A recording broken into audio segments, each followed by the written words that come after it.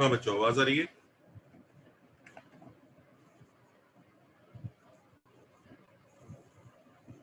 हाँ बच्चों, आवाज आ रही है कि नहीं? हाँ सर, आ रही। सर आ रही। अच्छा,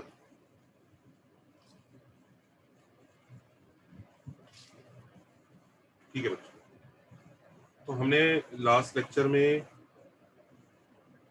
फैमिली वाला पार्ट ऑलमोस्ट फिनिश कर लिया था। और कहाँ पर स्टार्ट कर दिया था, कहाँ पर पहुंच गए थे बच्चों? Touching type family. इस पे टचिंग टाइप। Touching type. जरा नोट्स भेजना, जरा मैं भी देखूं कहाँ तक पहुंच गए थे। मेरे को तो कुछ और याद है।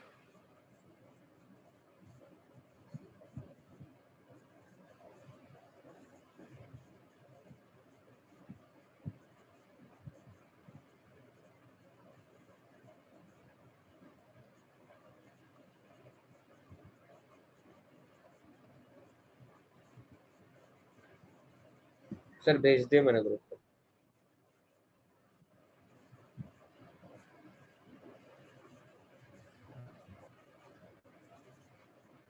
ये कब के नोट्स भेजे भाई? तो बहुत पुराना है।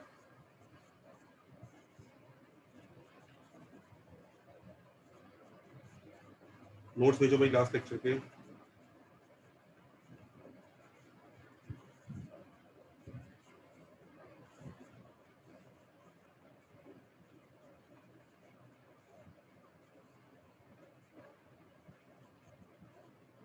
तो हमने टचिंग टाइप फैमिली कर लिया था, करेक्ट? चलो अब जरा एक बार ये चीज कर लेते हैं, रेडिकल एक्सिस। ये नहीं शुरू किया ना? No sir.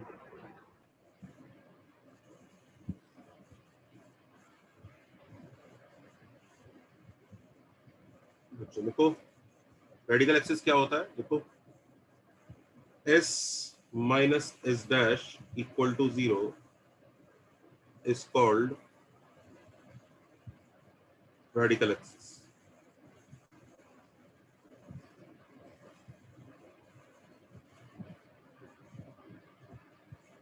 हम इसको रेडिकल एक्सिस बोलते हैं। यहां पर here s equal to 0 and s dash equal to 0 are two circles in standard form.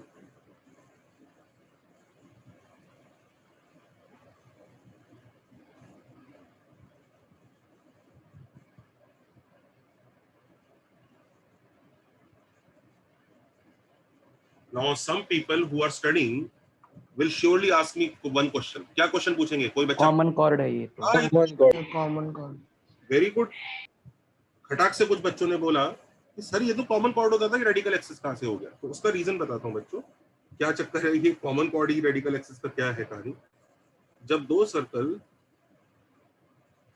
एक दूसरे को टच कर रहे थे या कट कर रहे थे या एक के अंदर दूसरा था, तो आप बड़े आराम से कॉमन कॉर्ड बोल पा रहे थे इसको। बहुत अच्छी बात है, कोई दिक्कत नहीं है, परफेक्ट है।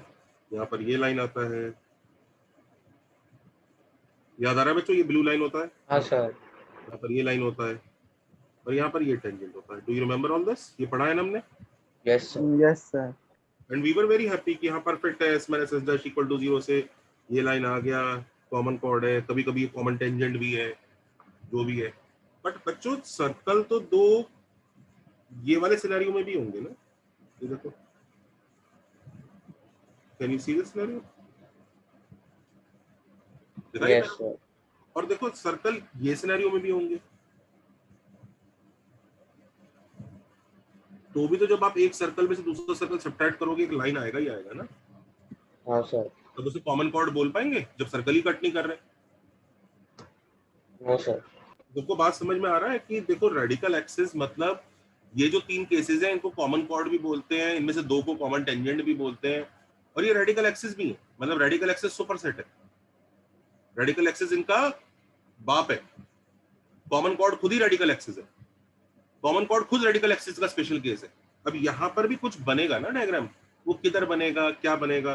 अच्छा, उस डायग्राम को बनाने से पहले मैं आपको एक चीज की तरफ ध्यान दिलाना चाहता हूँ। Do you realise radical axis is के ऊपर ये क्रूशियल चीज जरा समझना और बताना ये बात समझ में आती है कि नहीं आती है। ये वाला पॉइंट,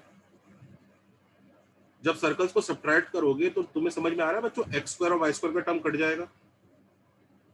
यस सर। तो सबको एक चीज समझ में आ रहा है, पहला वाला पॉइंट कि यार radical axis it will always be a line. आया ना? Yes sir. कोई बच्चा परेशान है इस बात से, ये क्या बोल रहे हो सर, ऐसा कैसे? हमेशा लाइन ही रहेगा, ये नहीं कि सब्ट्रैक्ट किया कुछ और आ गया, लाइन ही रहने वाला है। Is everybody okay? अच्छा, दूसरी चीज, क्या रेडिकल एक्सिस हमेशा मिलेगा सब्ट्रैक्ट करने के बाद? कोई ऐसा केस हो सकता है जब मिले नहीं। देखो, if two circles are concentric,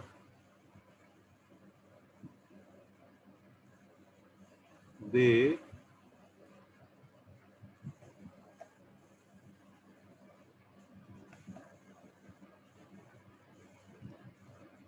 do not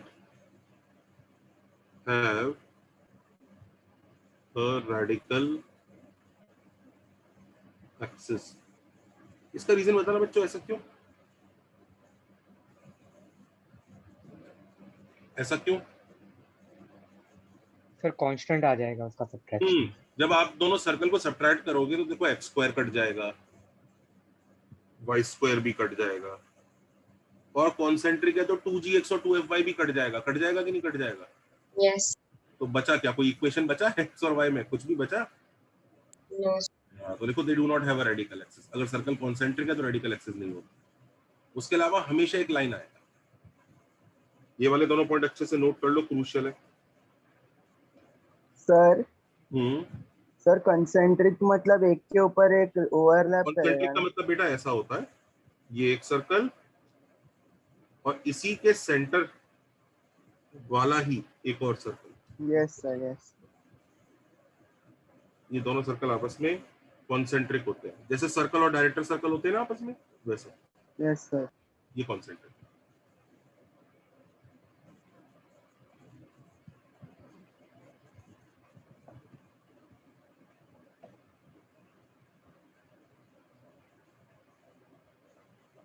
और सर कॉमन कॉर्ड इसका सबसेट है।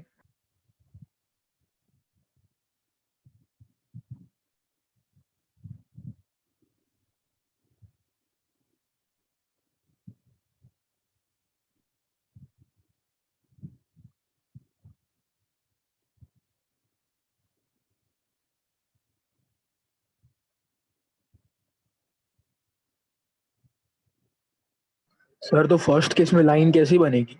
एग्जैक्टली, गुड डाउट, बताता हूँ कैसे बनता है, बताता हूँ अभी। पहले कॉपी करो यहाँ पे।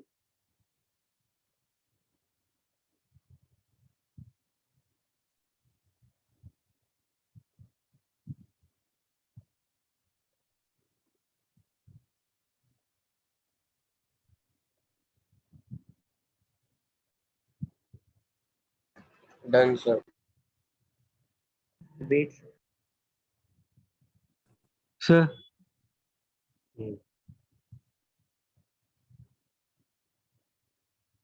हाँ, फर्स्ट केस में इस बच्चे ने पूछा कैसी बनती है, तो मैं आपको बताता हूँ बच्चों कैसी बनती है, नोट कर लो। फर्स्ट केस में और लास्ट केस दोनों में बताता हूँ। पहले कॉपी कर लिया सबने?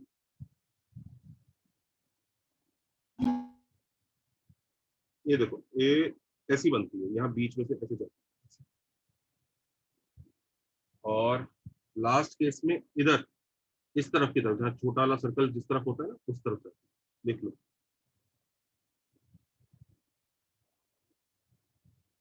इसके रीजन है कि ऐसे क्यों जा रही है, पर वो रीजन अपने उतने सिलेबस में है नहीं, स्टिल बस नोट कर लो कि इस केस में ऐसा होता है, इस केस में ऐसा होता है। सर पर कट नहीं कर रही या टच नहीं हो रही, तो अब आवाज नहीं आ रही बेटा, क्या बोल रहे हो? सर वो लाइन टच ही नहीं कर रही है सर्कल को, तो बेटा आप जोर से बोलो एक बार। सर वो लाइन टच नहीं कर रही है सर्कल को, सर्कल के और टच भी और कट बाहर भी है, नहीं कर रही, तो हाँ बाहर है। अच्छा एक पॉइंट और ये भी लिख लो ध्यान से, यहीं पर क्या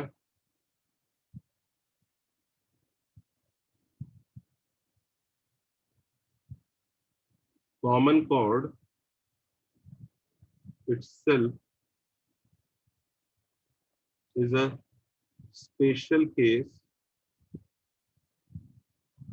of radical axis.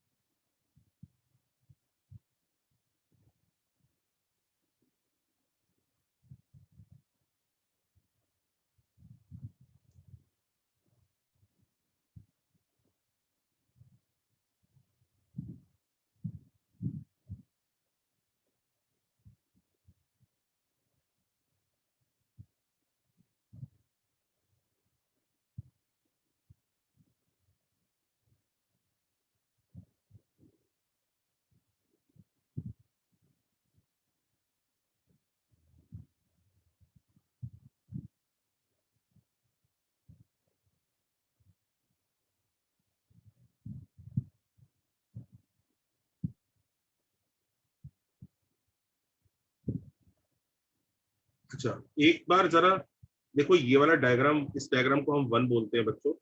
बच्चों आज ज्यादा देर तक लेक्चर नहीं रखेंगे क्योंकि खत्म हो जाएगा। दूसरा मुझे पता है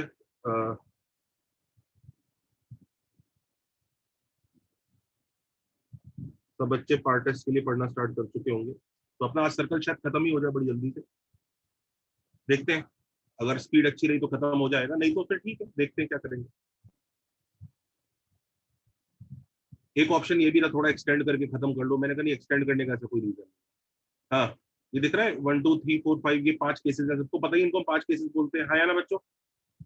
यस सर। सबको पता है केस नंबर 2 3 और 4 के बारे में तो बहुत डिटेल में पढ़ाई ऑलरेडी कर चुके हैं, हमने बहुत डिटेल में पढ़ाई की है इनके बारे yes, sir, में, इनको तो बहुत डिटेल में पढ़ा है।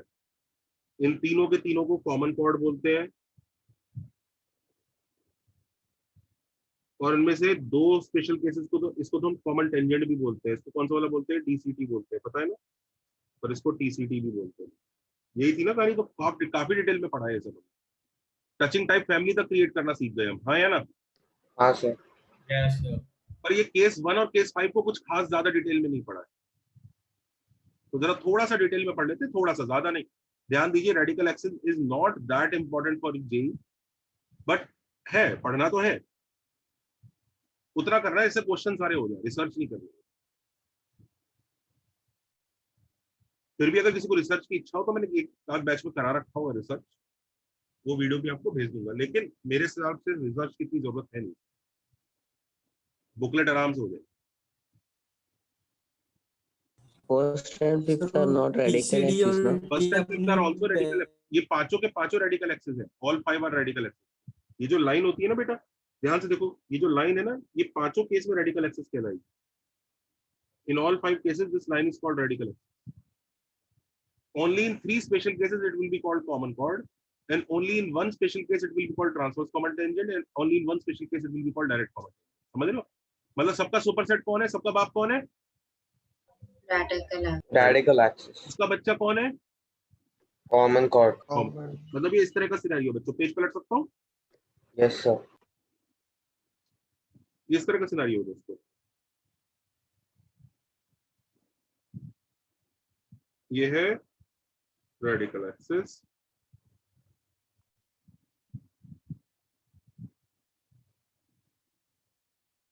इसका बच्चा कॉमन कॉर्ड,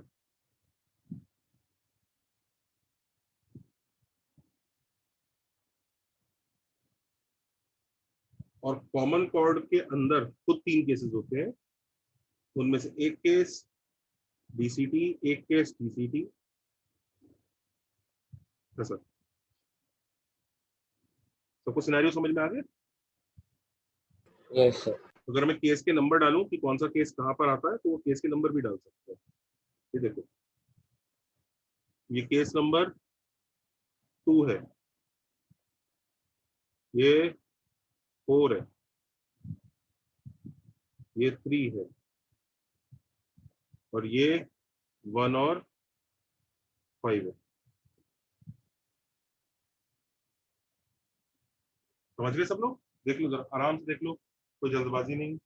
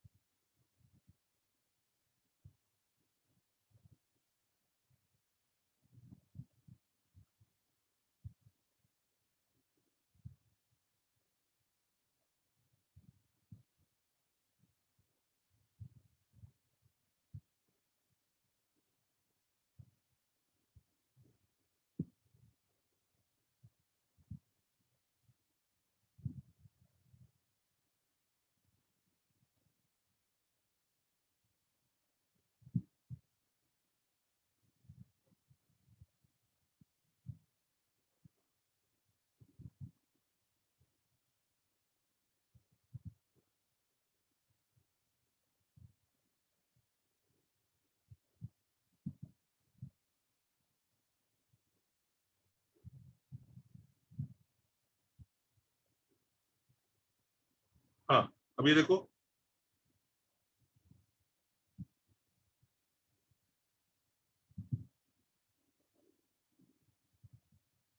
कॉपी किया सबने? यस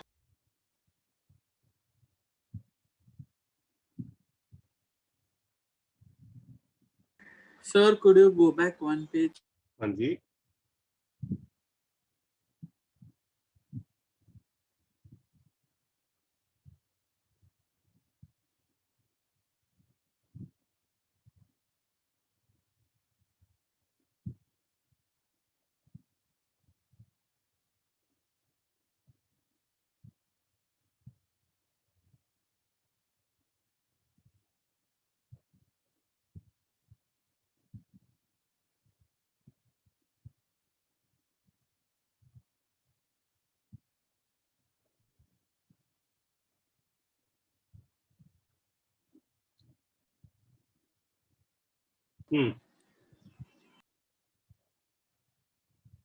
अच्छा, कुछ जरा ज्ञानवर्धक बातें जरा समझ लेते हैं इसके बारे में, रेडिकल एक्सिस के बारे में, स्पेशली डायग्राम 1 और 5 के बारे में।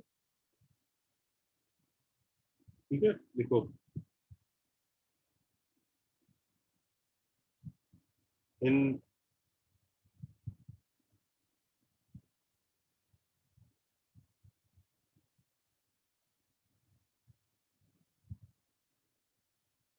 फॉर डायग्राम 5,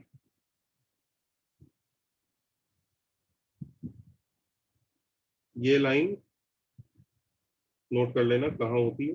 रेडिकल एक्सिस जिस तरफ छोटा वाला सर्कल होता है ना, उस तरफ बनती है, ऐसे इधर। अब वो कितनी दूर बनेगी, कितनी पास बनेगी ना, ये रेडियस की वैल्यूज पर डिपेंड करता है। बहुत मतलब रेडियस अगर ज्यादा बड़े हो जाएंगे या जो भी होगा उसके हिसाब से चेंज होता रहता है, पर जो भी है ये बनेगी इस तरफ।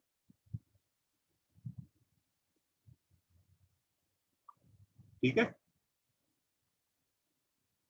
नहीं टच नहीं करेगी, कट नहीं करेगी, अंदर नहीं जाएगी, बिल्कुल नहीं, बाहर ही रहेगी, इस तरफ भी नहीं जाएगी, इधर ही रहेगी, टेढ़ी भी नहीं रहेगी ना। इट इज, एक स्टेटमेंट ये लिख लो जो हमेशा के लिए ट्रू रख लो। पिछले पेज पे लिख सकते हैं, नहीं जगह नहीं है, ध्यान रखो।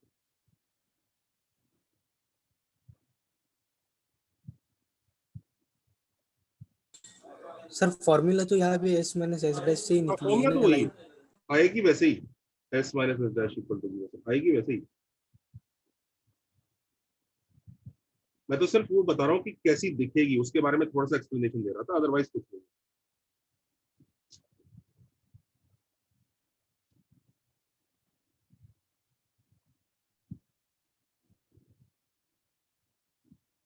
और डायग्राम 1 में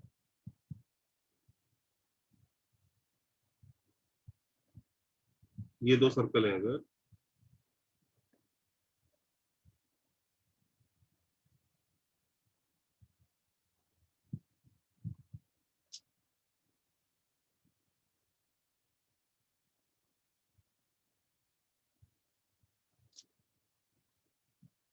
डायग्राम 1 में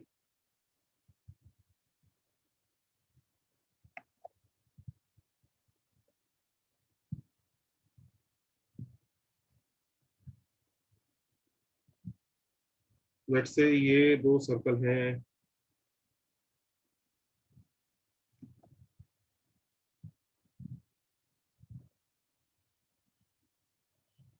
इन दोनों के लिए भी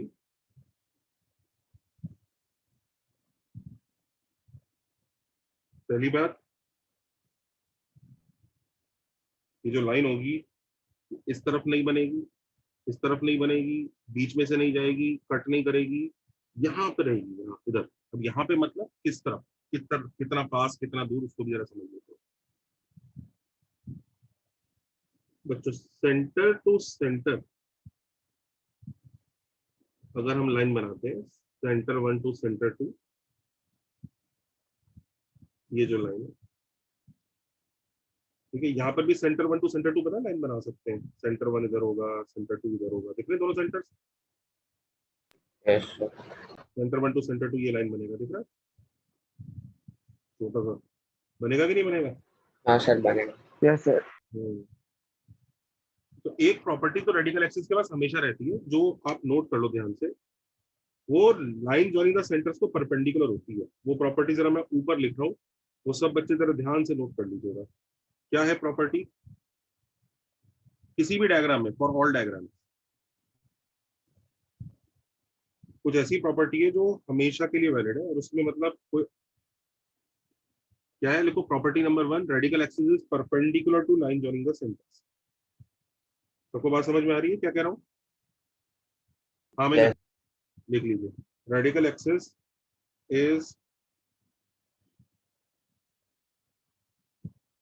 रेडिकल एक्सिस को शॉर्ट फॉर्म में आर लिखेंगे बच्चों, R perpendicular to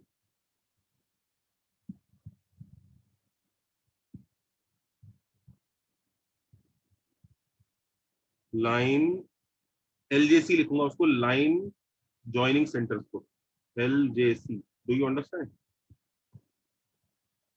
Sir, for all 5 cases. हाँ, ऑल 5 केसेस लिख लो उसके लिए, ऑल 5 केसेस हमेशा उनके परपेंडिकुलर ही रहेगी। मतलब किसी के दिमाग में ऐसा आ रहा हो ना कि ऐसी लाइन आ जाएगी सबट्रैक्ट करके, ऐसी टेढ़ी मेढ़ी ये वो ना, सारे केसेस कोई सा भी केस बना लेना, इस केस में भी आपको लग रहा हो ना ऐसी लाइन बना दूंगा टेढ़ी मेढ़ी ना, ऐसा कुछ नहीं। इनफैक्ट इन केसेस में भी देख लो, आपको लग रहा हो ना मैं ये सेंटर टू सेंटर वाली लाइन है, देखो ये सेंटर टू सेंटर वाली लाइन है,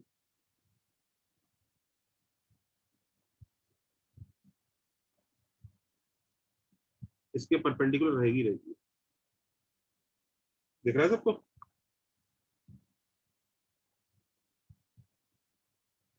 हर केस में सेंटर टू सेंटर वाली लाइन के परपेंडिकुलर होती है, ये याद रखना।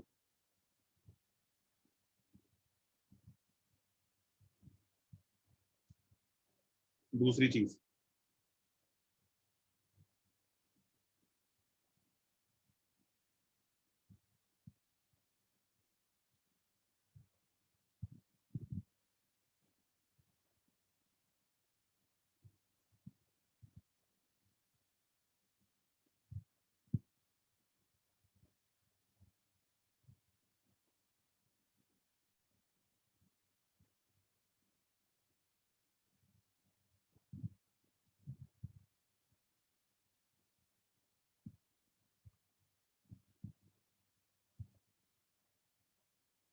दूसरी चीज, ये भी पांचों केसेस में होता है। Radical axis is closer to the centre of smaller circle. जो छोटा सर्कल होता है ना उसके सेंटर के पास होता है। 5 केसेस, ऑल 5 केसेस लिख लो, ऑल 5 cases.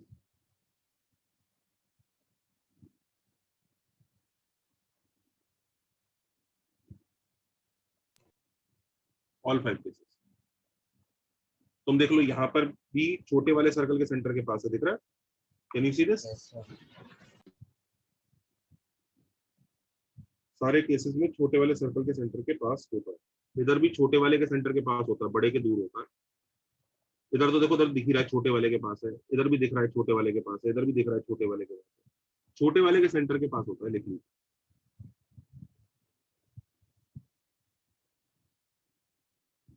कई लोगों को ऐसा लग रहा होगा क्या C1 C2 का परपेंडिकुलर बाइसेक्टर है ये? ना, बिल्कुल ना, छोटे वाले के सेंटर के पास।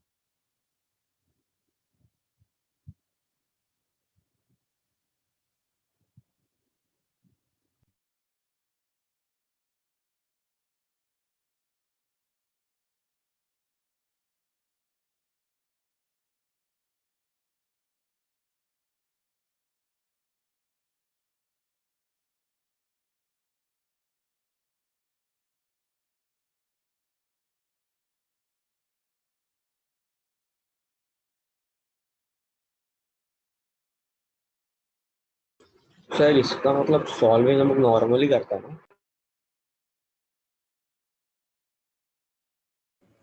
हाँ बच्चों, क्या हुआ? सर मतलब इसको सॉल्व हम लोग नॉर्मल से ही करते हैं ना, मतलब जैसे हम कर रहे हैं। हाँ, अभी तो मैं थ्योरी पढ़ा रहा हूँ बेटा, अभी तो कोई क्वेश्चन क्या कर रहे हैं, अभी तो मैं समझा रहा हूँ, फील दे रहा हूँ कि क्या है क्या। नहीं सर, मतलब इसका अलग होता है क्या फॉर्मूला वगैरह? नहीं, अभी तक तो फॉर्मूला तो एक ही पढ़ा हमने, S minus S dash equal to 0 होगा तो क्वेश्चन ये भी उसी से सॉल्व। हाँ वही मतलब। लेकिन अभी तक क्वेश्चन हमने देखा ही नहीं है कि आएगा कैसे। अभी तो बस हम ये समझ रहे हैं ये चीज है क्या, दिखती कैसी Yes, है। sir. That is all what we are understanding, nothing else. Question दे दूं एक आध ताकि फील आनी चालू हो जाए, क्या बोलते हो? Yes, sir. चलो एक क्वेश्चन ले लो, ठीक है? थोड़ी सी जगह ये नेक्स्ट पेज पे जाऊं बच्चों, यहाँ पे कुछ लिखूंगा अभी मैं, 2-3 चीजें। नेक्स्ट पेज पे चला जाता हूँ। तो पहले लिख दो ना। नहीं पहले हाँ क्वेश्चन, सर, एक पेज क्वेश्चन, छोड़ना पड़ेगा फिर। एक question.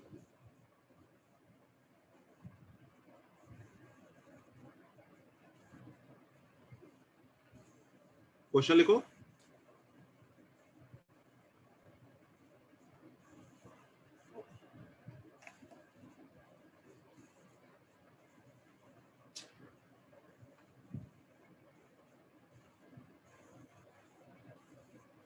Prove that radical axis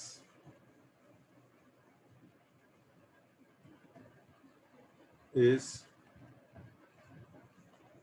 perpendicular to line joining। सबको दिख रहा है? मैंने पहली वाली प्रॉपर्टी प्रूव कर रहा हूँ, सेंटर्स। करो।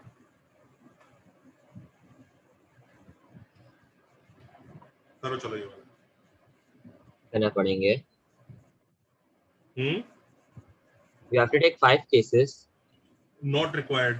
तुम अगर सिर्फ इक्वेशंस ले लोगे तो वो कोई से भी केस को रिप्रेजेंट कर जाएंगी। Okay, sir. तुम डायग्राम बनाओ ही नहीं, तुम सिर्फ इक्वेशन ले लो 2 सर्कल की और उसी से कर दो। अब वो इक्वेशंस किसी भी केस के लिए वैलिड होंगी।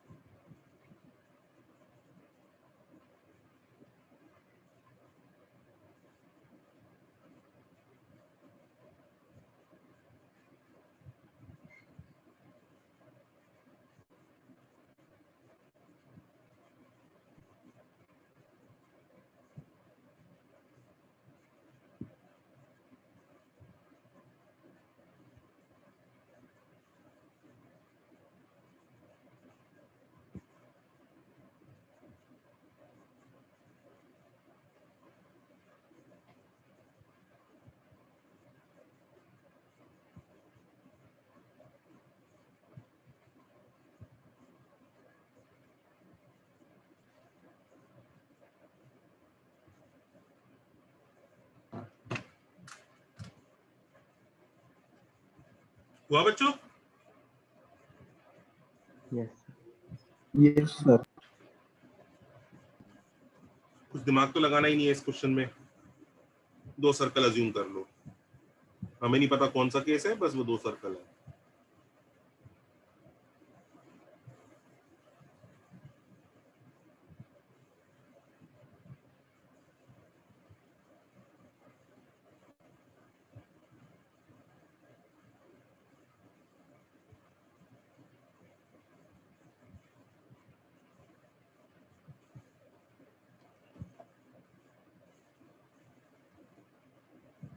सबट्रैक्ट आप करते हैं तो twice g1 minus g2 x आता है, twice f1 minus f2 y आता है, c1 माइनस c2 आता है।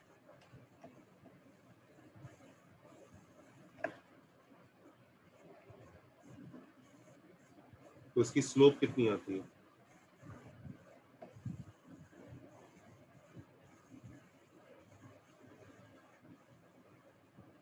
ये आ गई। यस और नो बच्चों? This is slope of radical axis, हाँ है ना? Yes sir. ठीक है। अच्छा सेंटर्स क्या है बच्चों? सेंटर्स को भी देख लेते हैं। सेंटर 1 क्या है? माइनस g1 माइनस f1, हाँ है ना? Yes sir. और सेंटर 2 क्या है? Minus g2 minus f2। Slope कितना हुआ? y2 minus y1 upon x2 minus x1, f1 minus f2 upon g1 minus g2।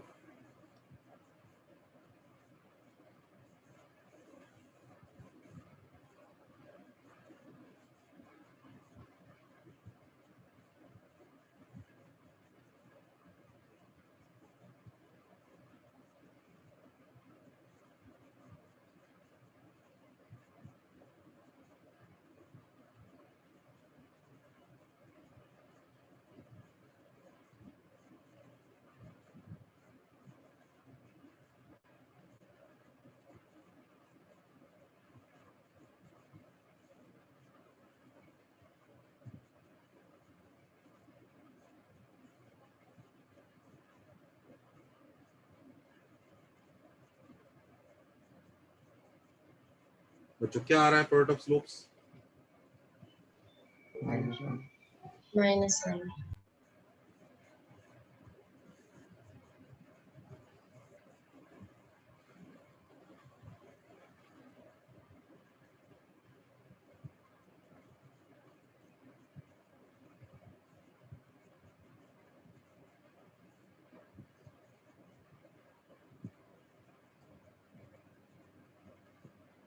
तो इसका मतलब लाइंस क्या आपस में? Perpendicular, perpendicular.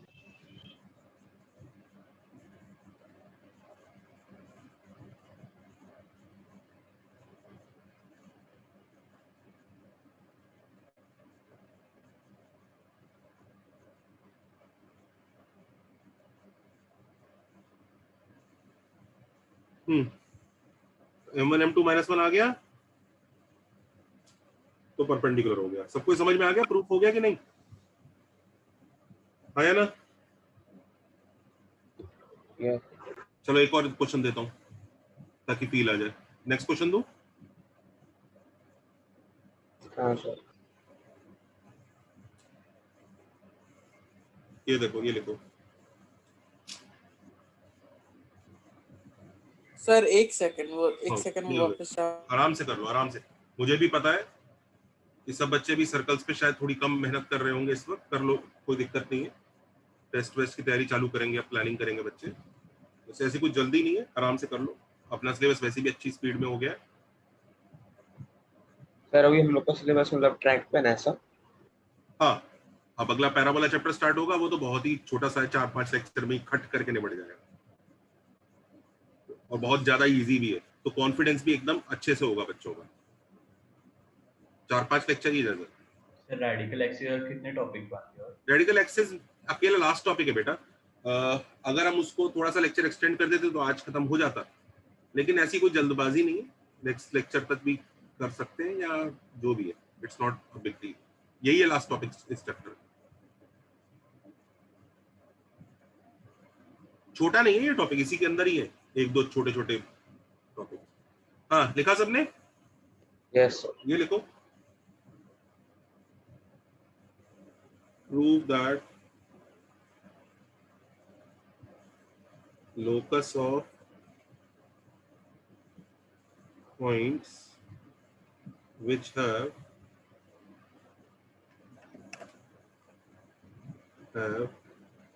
same power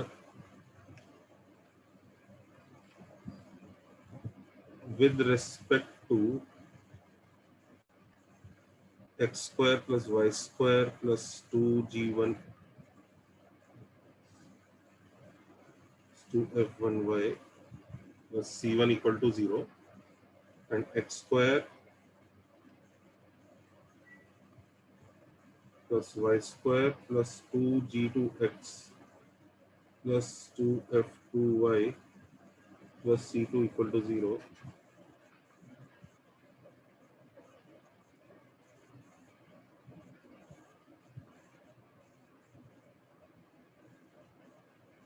Prove that locus of the points which have same power with respect to this and this is radical axis. ये prove करो, मतलब ऐसे पॉइंट जिनकी पावर दोनों सर्कल के लिए सेम आती है, हमें प्रूव करना है कि उनका लोकस रेडिकल एक्सिस है। करो।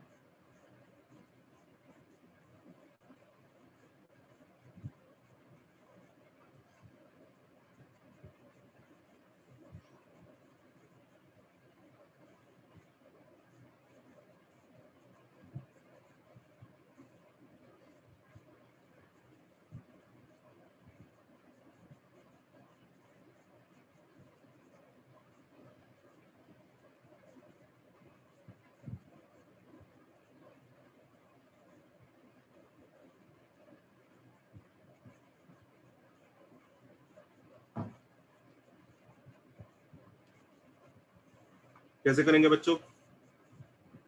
S1 equals to 0. नहीं, s1 equal to 0 नहीं होगा। Let the points be h comma k.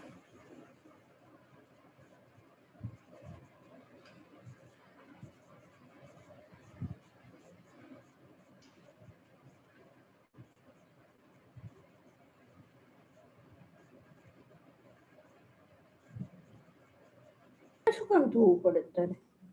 गंदू થઈ જશે। હા गंदू થઈ જશે। ગંદુ થઈ જાય તો ધોવાય। Let the point be h comma k. अब h comma k की power with respect to first circle कितनी है? h comma k की power with respect to first circle कितनी है? h square plus k square plus 2g1h plus 2f1k plus c1। ये power 1 है, हाँ या ना? हाँ सर। तो पावर 2 क्या है दूसरे सर्कल के लिए? h square plus k square plus 2g2h plus 2f2k plus c2.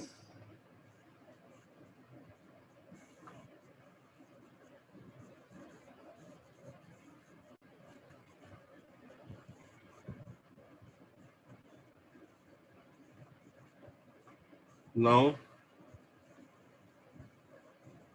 power 1 is equal to power 2. Yes or no? Yes, sir. तो इक्वेट करोगे, इक्वेट करके क्या आंसर आ जाएगा? h स्क्वायर और k स्क्वायर कट जाएगा. देखो ये आंसर आ रहा है.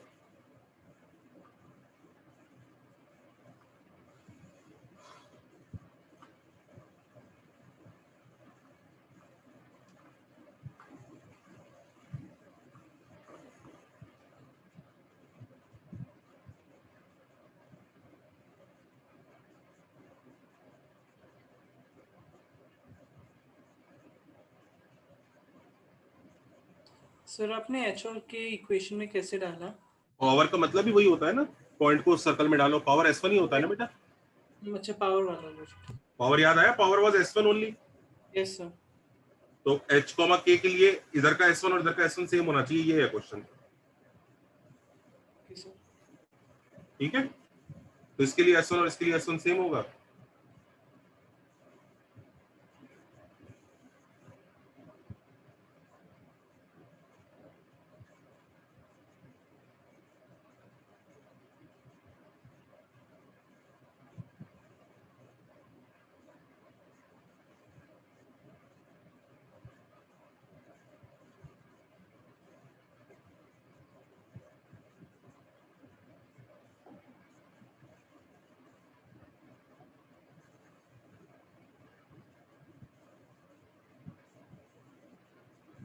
अच्छा, अब इस क्वेश्चन का मॉरल ऑफ द स्टोरी क्या हुआ?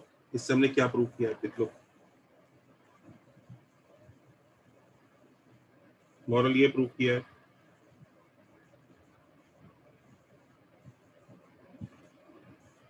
देखो, एनी पॉइंट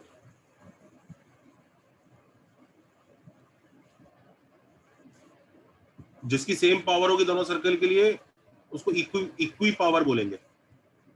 इक्वी पावर समझ गए ना? इक्वी पावर, दोनों के लिए इक्वल पावर. समझ गए ना? Yes, sir.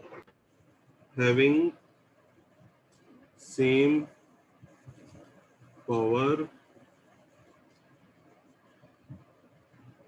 with respect to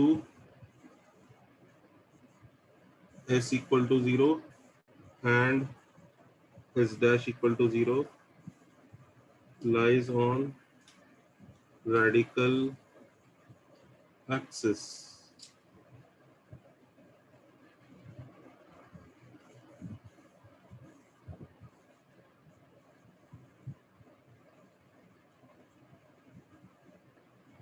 If a point lies, और उल्टा भी ट्रू है. अगर पॉइंट की पावर सेम है तो रेडिकल एक्सिस पे होगा. And if a point lies on radical axis, its power must be same with respect to, उल्टा भी ट्रू है, s equal to 0 and s dash equal to 0. समझ में आ रही बात?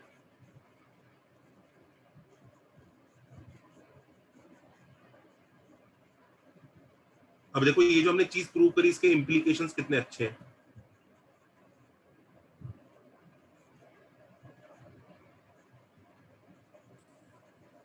Sir power D square minus R square ना. Power के लिए ये चीजें होती थी. Power was s1 as well as d square minus r square as well as pa into pb sin. ये तीनों चीजें पावर होती है. इस केस में हमने कौन सी वाली डेफिनेशन यूज करी है? s1 वाली.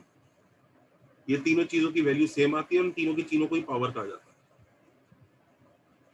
समझ रहे हो? सर S1 की केस एक बार बता सकते हो?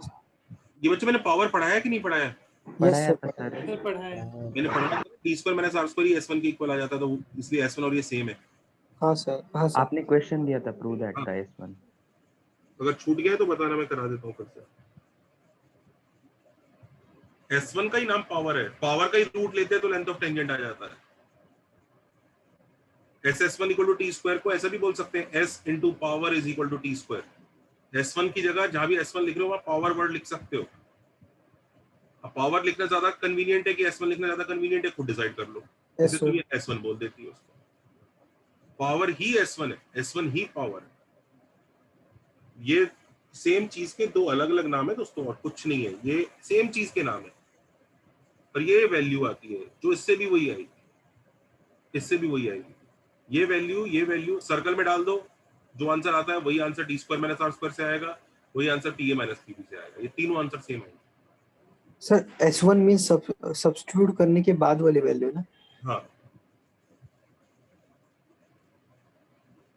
सर्कल में सब्स्टिट्यूट करने के बाद जो वैल्यू आती है उसको S1 बोलते हैं। ये S1 है, this is your S1 for h, K बेटा, समझा? With respect to first circle.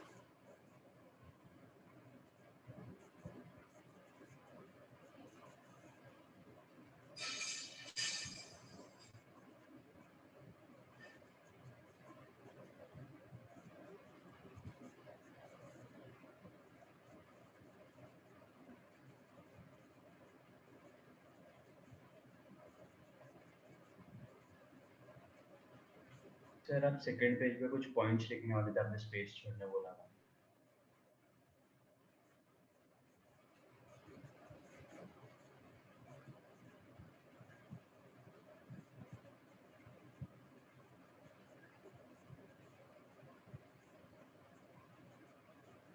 Has everybody copied? Yes, sir.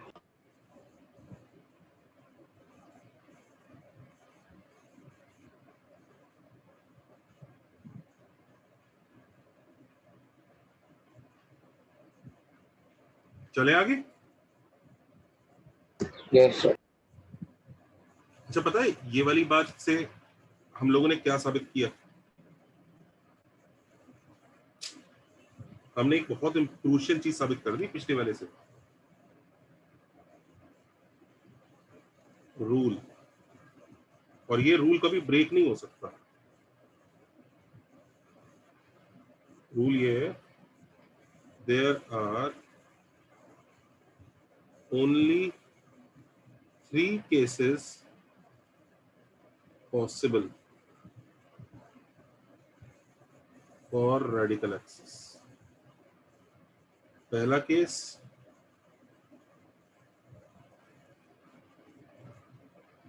it is a common chord.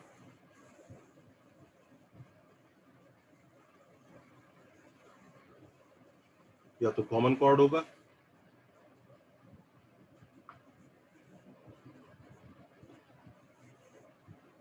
और ये वाला केस तब वैलिड होगा जब सर्कल्स कैसे होंगे, वैलिड फॉर कटिंग सर्कल्स।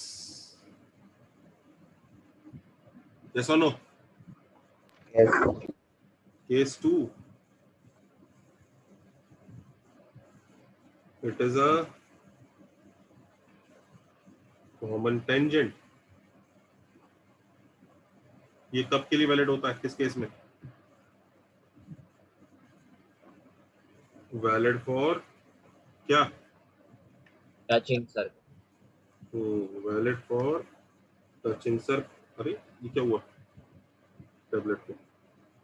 अरे चल, वैलिड फॉर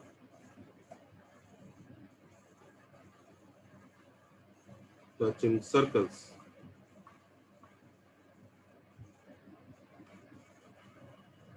इसमें भी याद रखो, जैसे पहला केस था, इसमें अगर कटिंग सर्कल्स हैं, एक दूसरे को कट कर रहे हैं,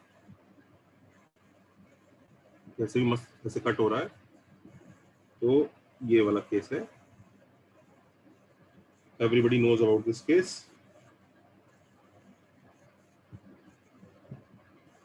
दूसरा केस है जब दोनों टच कर रहे हैं। ये कैसा होता है टचिंग? कौन सा वाला टचिंग बोलते हैं इसको? हाँ, क्या बोलते हैं इसको? टचिंग पहले इस वाले को टचिंग किस टाइप का है? Touching externally. Very good. Touching externally, touching internally. तो टचिंग एक्सटर्नली में दोस्तों ये वाला टेंजेंट बनता है, और टचिंग इंटरनली में ये वाला बनता है। सर ये डीसी dt। करेक्ट। ये एक्सटर्नल टचिंग में, एक्सटर्नल केस में जो रेडिकल एक्सिस आएगा वो कौन सा आएगा?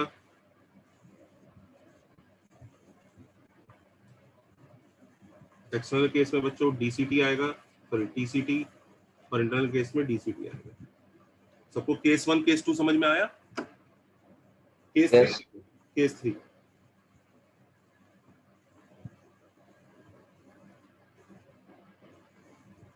it is outside both circles। ये कब वैलिड है? Valid if circles do not meet। सबको पता है इस केस में ये रहेगा, ये रहेगा, या ये वाला केस है। इसके इधर ये वाला आएगा, उधर ये।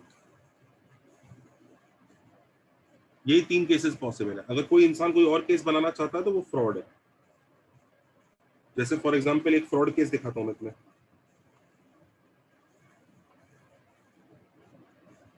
जैसे ये वाला केस है, और कोई बच्चा कहता है सर मैं तो रेडिकल एक्सिस ऐसा बना दूंगा। क्या मिस्टेक है? उसके बीच में होना चाहिए। सबसे पहले तो लाइन सर परपेंडिकुलर नहीं है। परपेंडिकुलर ही नहीं है, तो ये लाल लाइन तो वैसी फ्रॉड है। कितने लोगों को दिख गया ये फ्रॉड लाइन है? हाँ है ना? हाँ सर। ठीक है, चलो। वो कहता अच्छा सर परपेंडिकुलर बनानी है, तो चलो सर मैं ना फिर ऐसा बना देता हूँ। परपेंडिकुलर बनाना है ना सर, तो मैं ऐसा बना देता हूँ। अच्छा, परपेंडिकुलर तो बना दिया दोस्तों उसने, और अब वो ऐसा बना रहा है। तो आप मुझे एक चीज बताओ, क्या ये कॉमन कॉर्ड है? Sir it is not closer to the smaller circle. हाँ वो सब बातें भी हैं, पर इधर बताओ क्या ये कॉमन कॉर्ड है? No sir. नहीं है। क्या ये कॉमन टेंजेंट है? नहीं सर, ये सब क्या ये दोनों के बाहर है? नहीं। No, sir. तो फिर फ्रॉड केस है। यही 3 केस चलेंगे दुनिया में। आप जो भी लाइन बनाओगे उनको इसी 3 केस के अंदर आना पड़ेगा। अच्छा लुक एट दिस, सर मैं ये बना देता हूँ ये। अच्छा ओके ग्रेट। क्या ये कॉमन कॉर्ड है? नहीं। क्या ये टेंजेंट है एक सर्कल के? हाँ। पर क्या ये कॉमन टेंजेंट है? नहीं। तो ये भी फ्रॉड केस हो गया। एक बच्चा कहता है कि सर फिर तो मैं एक काम करता हूँ, मैं एक कॉमन टेंजेंट ही बना देता हूँ, ये वाला बना ले, कोई दिक्कत नहीं है। क्या ये कॉमन कॉर्ड है? कॉमन कॉर्ड है? नहीं। क्या ये कॉमन टेंजेंट है? हाँ जी। पर क्या ये दोनों सर्कल्स टचिंग है? नो। तो वैसे ही फ्रॉड हो गया। दूसरा, अगर टच भी कर रहे होते तो उसी सेम पॉइंट पे टेंजेंट बनना चाहिए, ये नहीं अलग अलग पॉइंट पे। दूसरा, ना ये perpendicular to line joining the centre से, ये सब फ्रॉड केसेस है। तो ये सारे फ्रॉड केसेस हटाने के बाद ना अल्टीमेटली ना यही डायग्राम बचते हैं जो मैंने आपको बनाए। ये जो ये डायग्राम बनाए ना यही बचते हैं। आप कुछ भी ऑनलाइन बनाओगे उसमें कुछ ना कुछ फ्रॉड बनती निकलेगी निकलेगी। यही 5 केसेस पॉसिबल है, और कोई केसेस पॉसिबल नहीं है। तो लोग पूछेंगे सर ये क्यों, इस केस में क्या दिक्कत है, मैं ऐसा केस बनाऊंगा तो क्या समस्या है? मैं बताता हूँ क्या समस्या है दोस्तों। सर मैं ना ऐसा केस बना रहा हूँ, क्या समस्या है बताओ, क्या दिक्कत है? अगर मेरी इच्छा कर रही है लाइन इधर से जा रही है, क्या दिक्कत है? दिक्कत बताता हूँ। तूने अभी प्रूव किया ना कि सारे पॉइंट जिनकी पावर सेम है वो रेडिकल एक्सिस पे होते हैं, ये प्रूव किया कि नहीं किया? Yes, sir. तो अगर ये प्रूव किया तो लुक एट दिस पॉइंट बच्चों, look at this point P। ये रेडिकल एक्सिस पे अगर है, ये अगर रेडिकल एक्सिस पे है,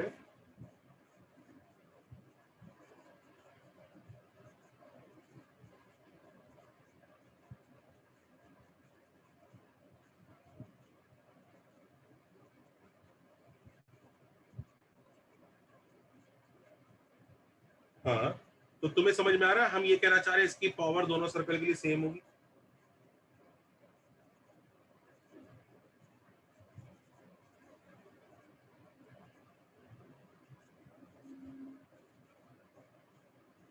होगी कि नहीं? Yes sir.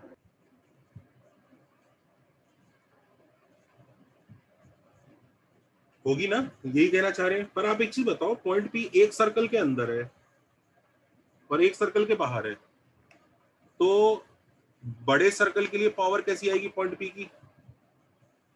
Positive. Very good. और छोटे सर्कल के लिए नेगेटिव। तो क्या इक्वल हो सकती है? No, नहीं सर। नो। तो क्या ये पॉइंट का हक है रेडिकल एक्सिस पे होने का? no, नहीं। याद रखो, ऐसे पॉइंट जिनकी पावर सेम है उनका हक है रेडिकल एक्सिस पे होने का, और ऐसे पॉइंट जिनकी पावर सेम नहीं है उनका बिल्कुल हक नहीं है, उनकी औकात नहीं है रेडिकल एक्सिस पे होने की। इसीलिए हम ऐसा नहीं करते कि एक के अंदर एक के बाहर बना दे, कि रेडिकल एक्सिस एक के अंदर बना देते हैं और एक के बाहर बना देते हैं। ऐसा बिल्कुल नहीं चलेगा, क्योंकि फिर आपने ऐसे पॉइंट्स को रेडिकल एक्सिस पे आने का हक दे दिया। ये देखो, ये वाला पूरा सेगमेंट देखो, ये ऐसा सेगमेंट है, ये कह रहा है कि भाई मैं इस सर्कल के लिए नेगेटिव आंसर दूंगा पावर का और इसके लिए पॉजिटिव दूंगा। अगर एक के लिए नेगेटिव एक के लिए पॉजिटिव आंसर दे रहा है तो उसकी औकात नहीं है रेडिकल एक्सिस पे होने की, इसलिए ये सेगमेंट गलत है। इसका मतलब ये गलत बनाई है आपने लाइन, इसलिए लाइन इधर होती है कहीं। समझ रहे हो? बिल्कुल वो एग्जैक्टली एक जैसा ही बिहेव करती है रेडिकल एक्सिस। या तो कॉमन कॉर्ड होगी, सेम जगह कट करेगी, या कॉमन टेंजेंट होगी इस तरह से, या आउटसाइड होगी। इसके अलावा और कुछ पॉसिबिलिटी अलाउ नहीं करती रेडिकल एक्सिस। इसके अलावा अगर और कोई पॉसिबिलिटी आपके दिमाग में आ रही है ना, उधर से बना दूंगा, इधर से बना दूंगा, उधर से कर दूंगा, ये सिर्फ आपका इल्यूजन है। It won't happen. नोट किया सबने? Wait sir.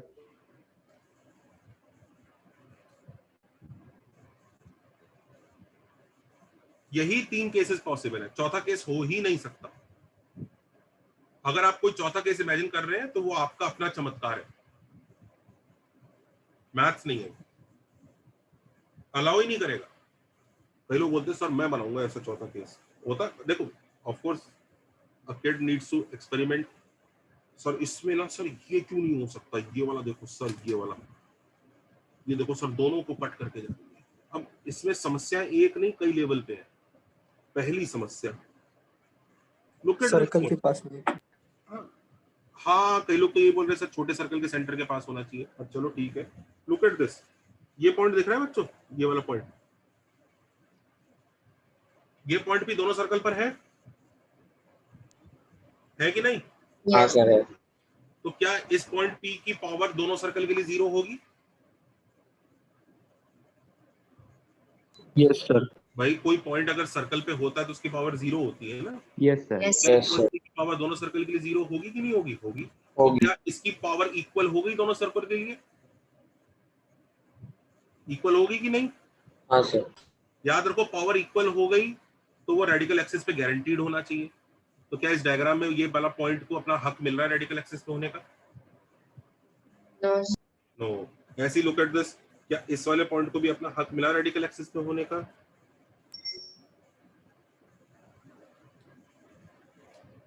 मिला? नहीं मिला। इन दोनों को हक देना ही पड़ेगा, इन दोनों को रेडिकल एक्सिस पे होना ही चाहिए। और रेडिकल एक्सिस की औकात स्ट्रेट लाइन ही है, बनती तो वो स्ट्रेट लाइन ही है। तो कितने लोगों को समझ में आ रहा है? अरे रेड लाइन नहीं, ग्रीन लाइन ही बनेगा ये वाला। समझ में आया?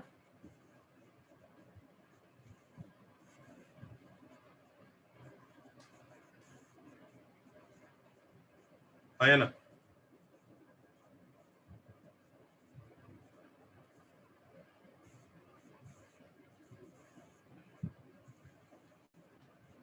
कितने लोगों को समझ में आ गया रेड लाइन फ्रॉड है? फ्रॉड है कि नहीं? Yes sir. हाँ सर।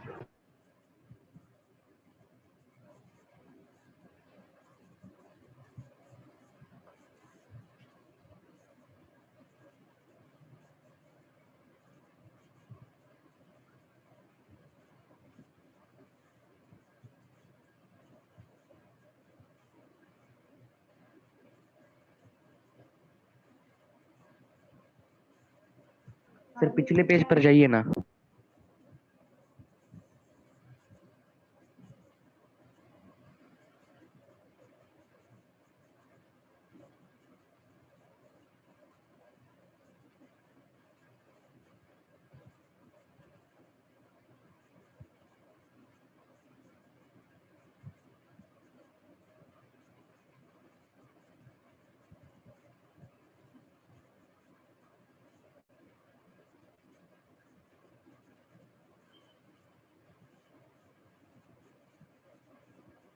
सर थर्ड केस में वो दोनों सर्कल के बीच में कहाँ पे भी हो सकता है? बीच में मतलब ऐसा होना चाहिए कि वो छोटे सर्कल के सेंटर के पास होगा। थर्ड केस मतलब थर्ड केस मतलब थर्ड डायग्राम तो यार ये है ना, इसमें तो नहीं नीचे वाला ना। ये वाला। नहीं, हाँ थर्ड फर्स्ट केस का वाला पहला। अच्छा, इसमें हाँ बच्चे यस सर। को छोटे सर्कल के सेंटर के पास होना है, पर इतना भी पास नहीं कि इसे कट ही कर दो। सर कोई फिक्स रेशियो है क्या, कैसे आएगा? नहीं, कोई फिक्स रेशियो नहीं। अच्छा मतलब कुछ अच्छा याद करने लायक फिक्स रेशियो नहीं है। ऐसा नहीं कि रेडियस के रेशियो में डिवाइड करता है, ऐसा भी कुछ ना।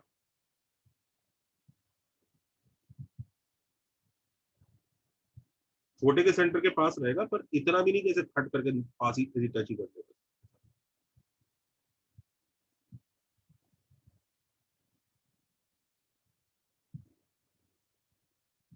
सबको अब डायग्राम तो, अब तो थ्योरेटिकली डायग्राम तो समझ में आ ही गए होंगे रेडिकल एक्सिस के। अब जरा एक प्रॉपर्टी लिखो।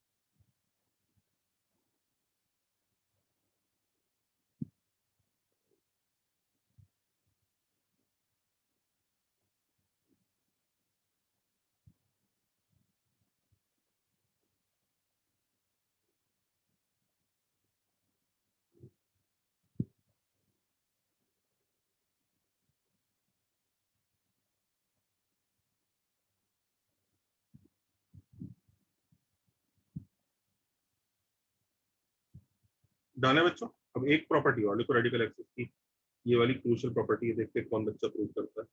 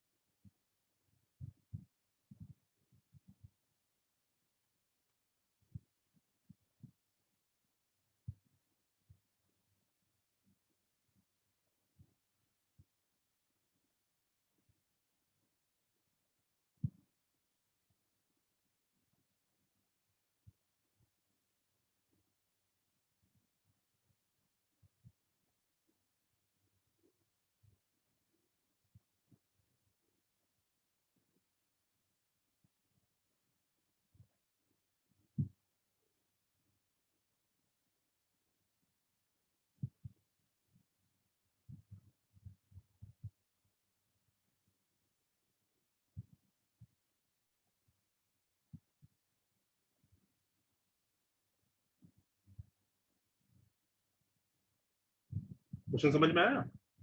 अगर कोई पॉइंट रेडिकल एक्सिस पर है और वो दोनों सर्कल के बाहर है,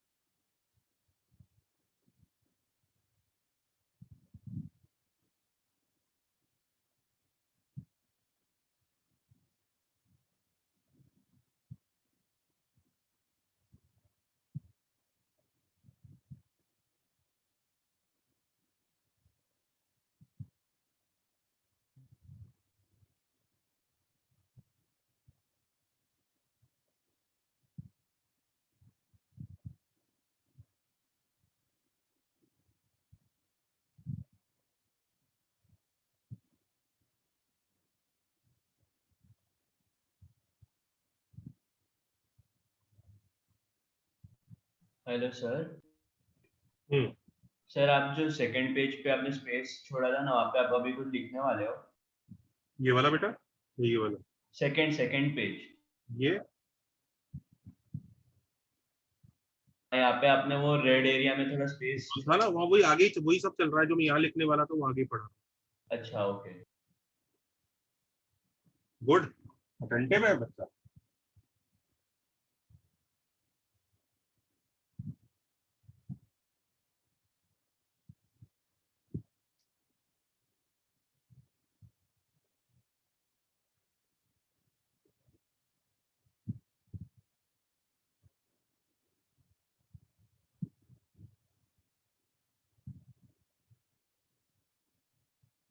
हम्म देखो ये क्या पढ़ना है, तो बहुत ही आसान क्वेश्चन है। S1 equal to S2 root S1 हाँ, equal to root S2. अगर लेट दैट पॉइंट P है वो x1 y1 है, ये तो इतना आसान क्वेश्चन है जिसकी हद नहीं। तो पॉइंट P बच्चों x1 y1 है, जिससे नहीं हुआ अभी वो हंस पड़ेगा, अरे यार कितना इजी था। तो पॉइंट P बच्चों सेटिस्फाई करता है ना, इसको सेटिस्फाई, इसको सेटिस्फाई करता है s minus S dash equal to 0, इसको सेटिस्फाई करता है, हाँ या ना? Yes. इसका मतलब वो इसको सेटिस्फाई करेगा बच्चों, s is equal to S dash. Yes और नो? यस और नो? Yes. Yes, sir. तो अगर वो s equal to S dash satisfy करेगा, इसका मतलब x1 y1 इसमें डालूंगा तो s1 equal to S dash 1 आ जाएगा, हाँ या ना? Yes. यस। अगर ये सच है तो रूट भी ले सकते हैं, फिर root s1 equal to root S dash 1। इसका मतलब लेंथ ऑफ टेंजेंट दोनों केस में क्या होगी? Same. इक्वल। तो बड़ा मस्त है, यानी कि आपके पास दो सर्कल है और ये बच्चों रेडिकल एक्सिस है। तो हम कौन से पोर्शन से के बारे में बात हो रही है यहाँ पे? ये पर्पल वाले के बारे में बात हो रही है क्या? ये इस पर्पल पोर्शन के बारे में बात हो रही है क्या इस क्वेश्चन में? नहीं, आउटसाइड चाहिए ना सर? आउटसाइड होना चाहिए। हाँ सर ये पर्पल के बारे में कहाँ हो रही है? पॉइंट आउटसाइड होना चाहिए तब बात हो रही है। तो पॉइंट बाहर है तो पॉइंट बाहर होगा यहाँ पे, इसके लिए बात हो रही है, यहाँ नहीं होगा। समझ रहे हो ना फर्क? यस वो कह रहा पॉइंट पी से अगर मैं टेंजेंट बनाऊं, तो मैं टेंजेंट बना रहा हूँ बच्चों।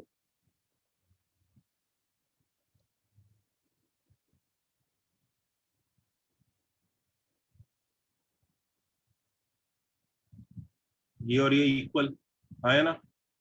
यस ये और ये इक्वल, ये जो चारों टेंजेंट बनेंगे आपस में क्या होंगे? इक्वल। इक्वल। लिख लो, ऐसा डायग्राम बना लो। कौन से केस का बनाना है मुझे बता दो, उसी केस का बना के दिखा दूंगा। फिफ्थ केस का बना के दिखाऊं? सो हाँ जी बेटा। सर अगर पावर दोनों के सेम है तो फिर हम बोल सकते हैं टैंजेंट्स भी equal। बिल्कुल बोल सकते हैं, क्यों नहीं? वही तो बोला एक तरह से, हाँ। जब पावर ही सेम आ गया वही तो बोला है, नया Yes. काम थोड़ी किया है। ये क्वेश्चन देखने में इतना भयानक सा लग रहा था, करने में उतना ही मतलब ऐसे चंपू सा निकला। ये है जैसे, तो इसमें तो किसी भी पॉइंट को यूज कर सकता हूँ। कौन से करूँ? ऊपर वाले को ऊपर से करूँ या नीचे से करूँ? बताओ कहाँ से बनाऊँ? यहाँ से बनाओ, तो यहाँ से बनाओ। तो इस पॉइंट पी से टेंजेंट बना रहे हैं दोस्तों, देखते रहना। पहला, दूसरा, तीसरा, चौथा,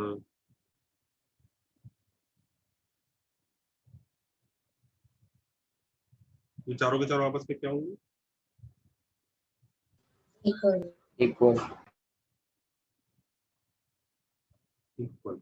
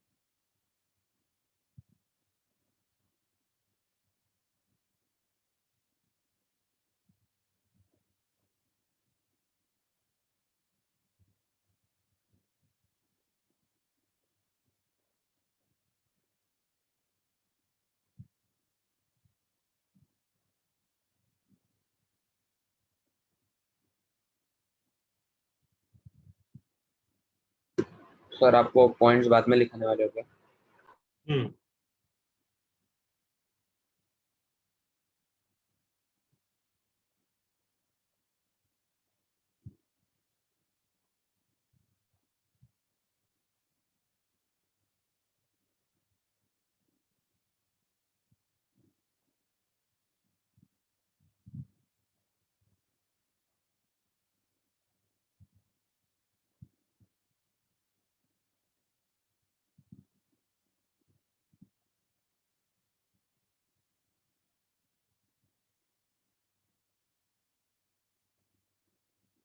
नोट किया सबने?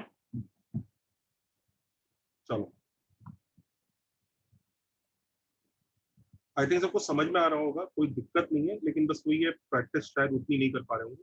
मैं असाइनमेंट भेजता हूँ बच्चों, टाइम मिले करना स्टार्ट करना, यस सर। है ना? ऑफ कोर्स पार्ट टेस्ट के लिए पढ़ना ही है, पार्ट टेस्ट के लिए पढ़िए और